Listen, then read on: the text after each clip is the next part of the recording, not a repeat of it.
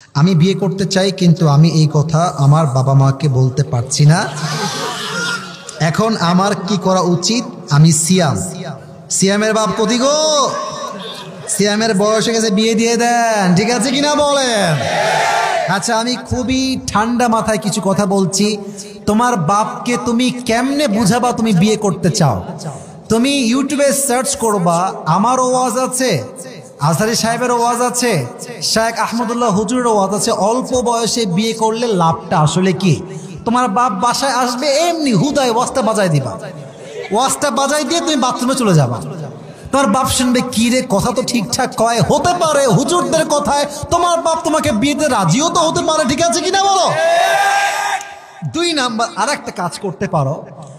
রাত বাজে 11টা, ছেলে নাই, কই রে? 12টা, তাও নাই, কই রে? 1টার সময় আসছো, কিরে তোর ফোন বন্ধ কেন রে? তুই কল দিচ্ছি, আসিস না বাসায়। তুমি বলবা, বাসায় এসে কি করবো, ভাল লাগে না তো। কথা ঠিক আছে কিনা বলো? আচ্ছা, আর একটা কাজ করতে পারো। বাসায় তোমার খাট বড় হলে বলবা, আব্বা এই খাটে আমি শুবো না। তা আব্বা বলবে, কেন রে, খাট তো সুন্দর। বলছে, এই খাটটা কাপল খাট, আমার সিঙ্গেল খাট লাগবে। দেখ, করাত নিয়ে এসে খাটটা মাঝখানে কেটে দিবা, মানে কাটবা বলতে কাটা না, অভিনয় করবা। এতে তোমার বাপ বুঝবে বেটার বয়স হয়েছে, বিয়ে আমার দেওয়াই লাগবে, ঠিক আছে কিনা বলো?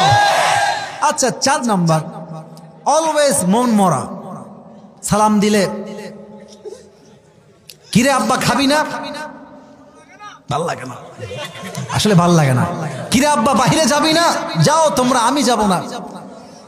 শেষমেশ বাপ বলবে, তুই খাবি না কেন, তুই যাবি না কেন, তুই হাসিস না কেন? বলছে, আব্বা আমি যে হাসবো, হাসির তো একটা কারণ লাগবে, আসল কারণটা তো আমার জীবনে নাই।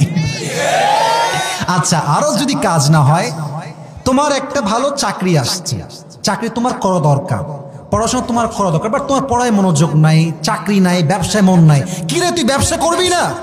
কে, তুই কি পড়াশোনা করবি না? বলবো, আব্বা একখান ঘাড়ে চাপায় দাও, আমি এমনি পড়াশোনা করবো, ঠিক আছে কিনা বলো? মানে প্রত্যেকটা ধাপে ধাপে ধাপে বুঝাবা, আব্বা আমার জীবন বাঁচাইতে হইলে আমারে জোর করে হলো একটা বিয়ে আপনি দিয়ে দেন।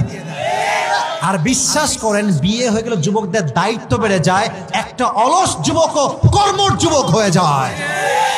আর বিয়ের পরে যুবকদের ম্যাচুরিটি বেড়ে যায়। আর যারা বিয়ের পরে বাস খায়, বইয়ের থেকে ধরা খেয়ে, ওদের হাড় গুড্ডি সব সোজা হয়ে যায়, ওদের জীবনটাই সফল হয়ে যায়, ঠিক আছে কিনা বলো? তো আমার আব্বাজান, যারা আমার কথাগুলো শুনছেন, আপনার ছেলের বয়স 18 হলে, 19 হলে ওই আইন টাইন বাদ দেন। বয়স হয়ে গেলে আইন বাদ। আরে আমার ছেলেরা করলে আইন দিয়ে নয়, আমি আল্লাহ আদালতে ধরা খাবো যুবক ভাইরা, ঠিক আছে কিনা বলো? বয়স হয়ে গিয়েছে, সোজা বাপ মাকে বুঝাবা, বাপ মা বিয়ে দিলে না দিবে, তোমাকে প্রতিবাদ করে হলো বিয়ে করতেই হবে, ঠিক কিনা বলো? চলছে নভেম্বর, আসছে ডিসেম্বর, আসছে শীতকাল, স্লোগান হবে একটা, এই শীতকালে কম্বল নয়, ল্যাপ নয়, এই শীতকালে সিঙ্গেলদের বইয়ের দরকার। এই যুবকরা বউ ছাড়া এই শীতকাল কাটাতে চায় না। আল্লাহ বাবাদেরকে বোঝার তৌফিক দান করুক, পড়া আমিন। আল্লাহ প্রত্যেকটা মাকে বলছে, আমার প্রিয় মায়েরা, ছেলের কষ্ট বাপকে না বলতে পারলেও মা কিন্তু বাপের চাইতে ছেলের কষ্ট একটু বোঝে ভালো। তো আম্মা জান, আপনার ছেলে বাপকে না বলতে পারলে আপনি একটু কনভিন্স করেন, আপনার একটা কনভিন্সে আপনার ছেলে চরিত্র ইমান দুইটাই ঠিক হয়ে যায়। আল্লাহ আমার এই যুবকের মনের কষ্ট দূর করে দিক। সকলেই আমরা জবান খুলে পড়ছি আমিন।